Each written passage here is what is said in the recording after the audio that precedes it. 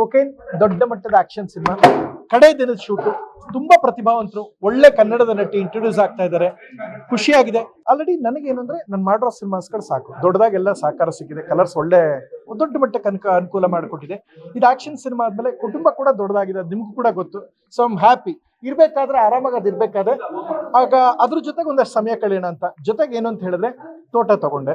ತೋಟದಲ್ಲಿ ಒಂಚೂರು ಕೆಲಸಗಳು ನಡೀತಾ ಇದೆ, ಈವೆಂಟ್ಸು ಮತ್ತೆ ತೋಟ, ಇರುವಂತಹ ಕಮಿಟ್ಮೆಂಟ್ಗಳು ಮುಗಿಸುವಂಥದ್ದು. ಈಗ ಸಿನಿಮಾ ಏನು ಒಪ್ಕೊಂಡಿದೆ ಅದು ಮುಗಿಸ್ಬೇಕು. ಈ ಕೊಕೇನ್ ಇದಕ್ಕೆ ಒಂಚೂರು ಲೇಟ್ ಆಯ್ತು, ಯಾಕೆಂದ್ರೆ ಇದುವರೆಗೂ ಮಾಡಿರೋದಲ್ಲೇ ದೊಡ್ಡ ಬಜೆಟ್, ದೊಡ್ಡ ಸ್ಟಾರ್ ಕಾಸ್ಟ್. ಇವ್ರು ಕೊಟ್ಟಿರೋ ದುಡ್ಡಲ್ಲಿ 2 ಸಿನಿಮಾ ಪ್ರೊಡ್ಯೂಸ್ ಮಾಡ್ಬೋದಾಗಿತ್ತು. ಹೌದಾ? ಆಯ್ತು, ಬೇಡ ಅದು ಆಯ್ತು, ಅದೊಂದು ಕಟ್ ಮಾಡ್ಕೊಳ್ಳಿ. ಸೊ ತುಂಬಾ ದೊಡ್ಡ ಕಲಾವಿದರ ತಂಡ, ಎಲ್ಲರನ್ನು ಹೊಂದಿಸೋದು ಒಂದು ಚಾಲೆಂಜ್. ತುಂಬಾ ಖುಷಿ ಆಯ್ತು. ಸೊ ನಾನು ಅನ್ಕೊಂಡಿದ್ದು ಎಲ್ಲವೂ ಮಾಡಾಯ್ತು. ನೋಡಿ ಸರ್, ಏನಾಯ್ತು, ಚಿತ್ತಾರ ಅವಾರ್ಡ್ಸ್ ಆಯ್ತು, ಚಿತ್ರಸಂತೆ ಆಯ್ತು, ಜೊತೆಗೆ ನಮ್ಮ ಸಿನಿಮಾ ಯಾವುದು ಸೈಮನ್ ನಾಮಿನೇಷನ್ ಆಯ್ತು, ಅಮೆರಿಕಾ ಅಕ್ಕ ಸಮ್ಮೇಳನಾಗ ಹೋಗಿ ಬಂದ್ವಿ, ಎಲ್ಲವೂ ಆಗಿದೆ. ಎಲ್ಲ ಇದ್ದಾಗ ಒಂದು ಬ್ರೇಕ್ ತಗೊಳ್ಳೋಣ ಅಂತ ಅಷ್ಟೇ. ಇರೋ ಸಿನಿಮಾ ಇದು ದೊಡ್ಡ ಸಿನಿಮಾ ಇದು. ಸೊ ಈ ದೊಡ್ಡ ಸಿನಿಮಾ ಆದ್ಮೇಲೆ ಇದ್ರದ್ದೇನಿದೆ ಒಂದು ಬ್ರೇಕ್ ತಗೊಳ್ಳೋಣ ಅಂತ. ಸೊ ಮುಗಿಸೋ ಹಂತದಲ್ಲಿದ್ದೀನಿ, ಮುಗಿದಿದೆ, ಸಾಕು. ಖುಷಿ ಏನಂತ ಹೇಳಿದ್ರೆ, ತುಂಬಾ ನಾನು ಇಷ್ಟಪಡೋ ಎಲ್ಲ ಕಲಾವಿದ್ರ ಜೊತೆ ಆಕ್ಟ್ ಮಾಡೋದಾಯ್ತು.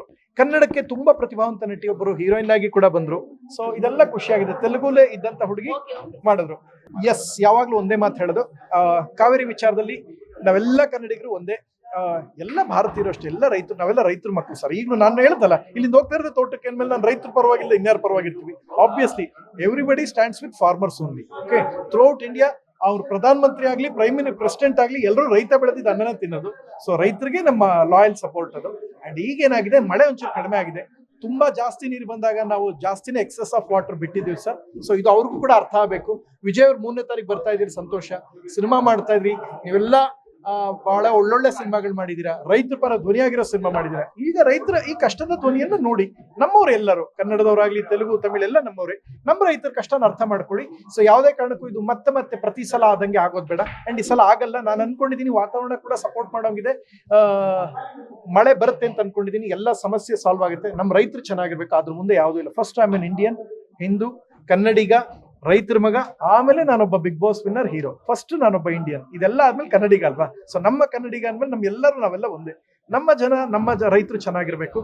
ಸೊ ಇದು ಇಶ್ಯೂ ಅನಾವಶ್ಯಕವಾಗಿ ಈಗಿರೋ 1000 ಸಮಸ್ಯೆ ಇದೆ ಸರ್ ರಾಜ್ಯದಲ್ಲಿ. ತುಂಬಾ ಸಮಸ್ಯೆ ಇದೆ, ಡ್ರಗ್ ಸಮಸ್ಯೆ ಇದೆ, ಏನೇನೋ ಸಮಸ್ಯೆ. ಅದ್ರ ಮಧ್ಯದಲ್ಲಿ ನೀರು ವಿಚಾರದಲ್ಲಿ ಆಗ್ಬೇಕಾ? ಒಂದೇ ಒಂದು ವರ್ಡ್ ಹೇಳ್ತೀನಿ, ಕೇಳಿಸ್ಕೊಡಿ ಸರ್. ಪ್ರಕೃತಿ ದತ್ತವಾಗಿ ಬರೋದು ಗಾಳಿನ ಎಸಿಲ್ ನಾವು ಕುತ್ಕೊಂಡು ಮಾಡೋವಂಥದ್ದಾಗಿದೆ. ಕುಡಿಯೋ ನೀರನ್ನ ದುಡ್ಡು ಕೊಟ್ಟು ಕುಡಿಯೋಂಗಿದೆ. ಇದೇ ಆಕ್ಚುಲಿ ದುರಂತ. ಇಷ್ಟಿರ್ಬೇಕಾದ್ರೆ ಇರೋ ನೀರನ್ನ ತಮಿಳ್ನಾಡು ಬಿಟ್ಟು ಇನ್ನಷ್ಟು ಕಷ್ಟಪಡುವಂಥದ್ದಾಗಬೇಡ.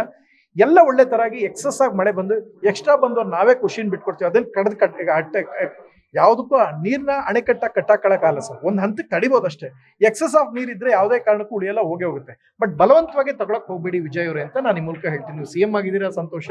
ಬಲವಂತವಾಗಿ ನಮ್ಮ ರೈತರ ಕಣ್ಣೀರನ್ನ ಪಡ್ಕೋಬೇಡಿ, ನಮ್ಮ ರೈತರ ಆಶೀರ್ವಾದ ತಗೊಳ್ಳಿ. ನೀವು CM ಆಗಿದ್ರೆ ಇನ್ನೂ 10 ವರ್ಷ ಆಗಿ ನಮ್ಮ ರೈತರ ಆಶೀರ್ವಾದ ತಗೊಳ್ಳಿ. ಓಕೆ, ನಾನು ಹೇಳ್ತೀನಿ ಸತ್ಯ, ಇವ್ರ ಮೇಲೆ ಆಣೆಗೂ ಸತ್ಯ, ಖಂಡಿತ ಒಳ್ಳೇದಾಗಿ. Thank you.